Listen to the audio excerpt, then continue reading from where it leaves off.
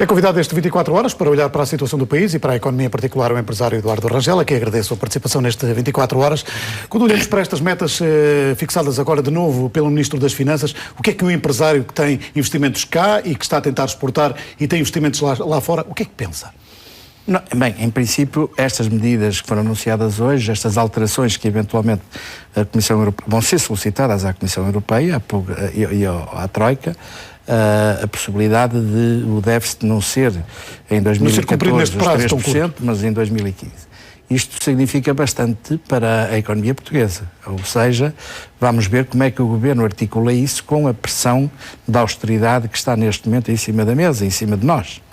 Portanto, se o Governo aliviar essa austeridade fruto de não ter essa necessidade tão urgente de chegar aos 3%, são boas notícias para a economia nacional, interna.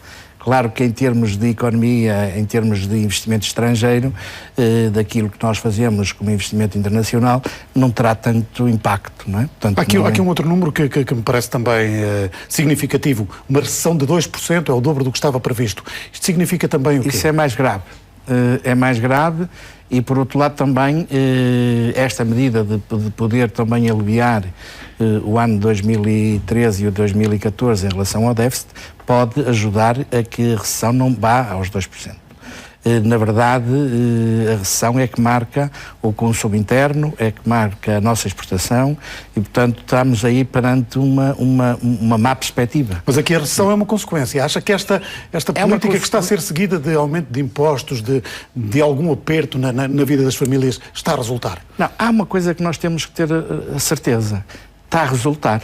Está a resultar do ponto de vista financeiro e fiscal para o país. Nós hoje colocamos, e para os portugueses está a resultar?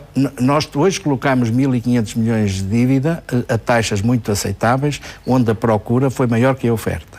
Portanto, quer dizer que os mercados internacionais estão a começar a confiar na nossa economia. É evidente que este sacrifício que todos estamos a passar está quase a esticar a corda. Não é? Portanto, está no limite daquilo que pode ser um sacrifício para as pessoas, sobretudo para as pessoas, e especialmente o desemprego. Portanto, o desemprego é, de facto, um problema tremendo numa economia pequena como a nossa, onde ter 1 milhão de desempregados é um peso enorme, quer na economia, quer para as pessoas que estão desempregadas, uma completa aflição, não procurarem emprego como nós sentimos nas empresas, desde das propostas espontâneas de pedidos de emprego que chegam todos os dias. Isso é um sinal de que hoje sente-se isso, muito mais aflição das pessoas que começam a terminar os fundos de desemprego, etc., e que não têm emprego. Portanto, mas acha que esta é a política correta? Poderia haver outra política, se calhar mais amiga das pessoas que estão em dificuldades? Eu acho que era muito difícil haver outra política.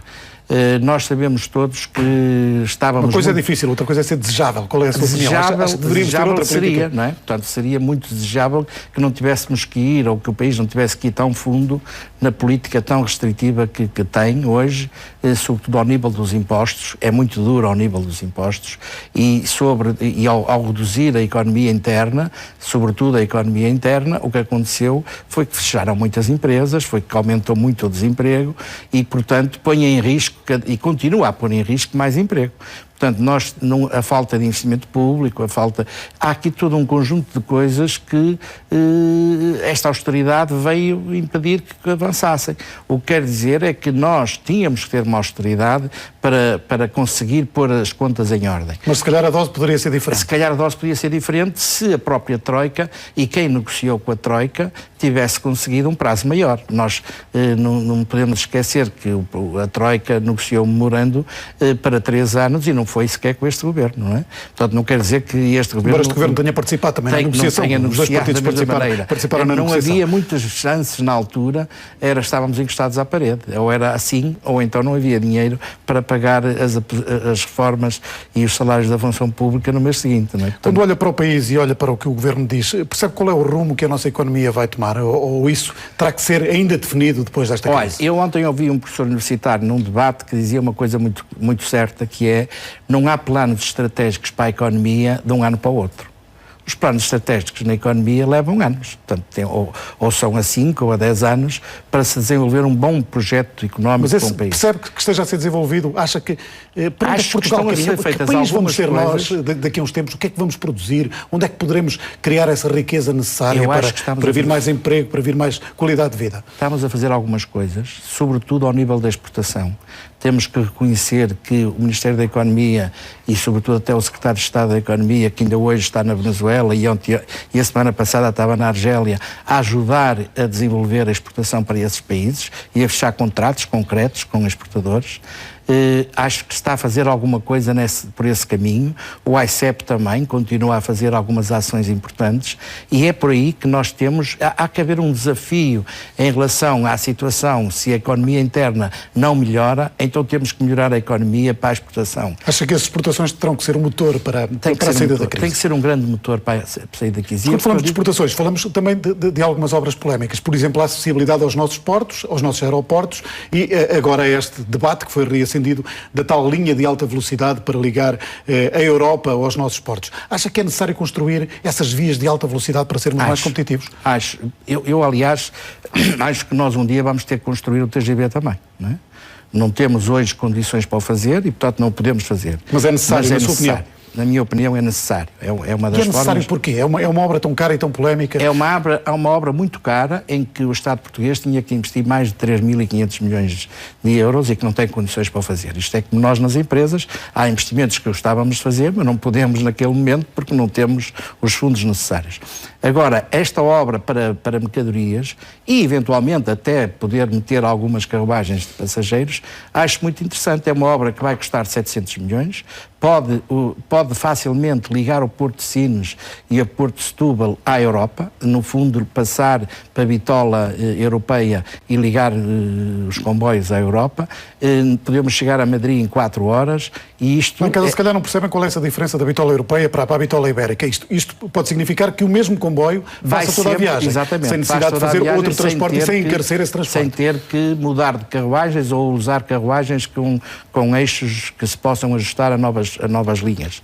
Portanto, isto é uma vantagem. Significa mais depressa e mais barato. Mais depressa, mais barato e este investimento pelas ajudas comunitárias vai obrigar que Portugal apenas pague 140 milhões de euros, o que significa uma grande obra, uma obra importante também em termos de investimento público, que vai ajudar também as empresas e a economia interna e que é importante porque podemos usar os nossos portos para aquilo que sempre se falou e que muito se fala, como uma grande porta de entrada para a Europa. Fazer-lhe aqui uma série de perguntas para respostas breves. No fundo, o que é que significa cada uma destas coisas para o seu negócio e para si? O aeroporto Francisco Sá Carneiro gerido de forma independente? Olha, eu acho que isso é uma questão de... não faz muito sentido. Esta ideia de regionalista, de termos o nosso aeroporto gerido por nós, faria sentido numa perspectiva de que se tivéssemos a ideia que quem vai agora gerir os aeroportos, como sabemos são os franceses da Vinci, e dizer que eles iam aniquilar um aeroporto com as condições que tem o aeroporto do Porto só por capricho. Ninguém fará isso, né? Portanto, até acredito que se vai desenvolver mais. E eu acho que nós temos que nos deixar desses regionalismos que não fazem muito sentido. Quer dizer, os aeroportos geridos de uma forma só, única, com uma administração única e com uma política e uma estratégia única, se calhar são muito mais bem geridos do que cada um estar a gerir o seu aeroportozinho, o que não faz muito sentido, não é? Porto de Leixões, o seu negócio também passa muito por aí? Passa pelos dois sítios. Deve continuar a ser uma estrutura a crescer e a ter esta política agressiva, nomeadamente nos contentores? Acho que sim, acho que o Porto de Leixões é um porto que ainda agora se viu com estas greves portuárias, foi um porto que se portou excelentemente e que foi uma grande porta de saída para as nossas exportações. É um porto que tem uma viabilidade económica muito grande, muito rentável, é um porto que é rentável, cuja exploração é rentável, e é um porto que só não podemos crescê-lo mais porque não temos condições para o fazer, mas é um porto que devemos continuar a investir, até porque não podemos esquecer que a região norte continua a ser a maior região exportadora do país, e portanto temos que ter condições condições para ter fazer sair um bom porto de os mar. contentores. Para terminarmos, como é que vê estes protestos que têm acontecido à volta dos membros do Governo, nomeadamente aquele incidente que aconteceu ontem com o Ministro Miguel Relvas? Os protestos são normais, não é? Portanto, temos que aceitar, e em democracia temos que aceitar os protestos. E só não acho muito correto que sejam feitos num ambiente fechado, numa altura de uma conferência, porque aí estamos a inibir ou a impedir que aconteça, não é? Uma conferência que se possa considerar boa ou má, estamos ali só porque não gostamos da pessoa que vai falar, a evitar que ela fale. Portanto, isto não faz muito sentido. Realmente, em democracia, nós temos que deixar falar. Falam uns... Mas entende a razão do protesto, que está a generalizar-se um pouco pelo país? Acho que o país está, de facto, demasiado apertado para que não hajam protestos. E temos que começar a saber conviver com isto.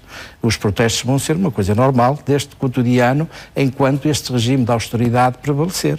E isto ainda vai demorar algum tempo, não é amanhã. Agradeço a sua presença neste 24 horas para olhar para a economia, uma visão de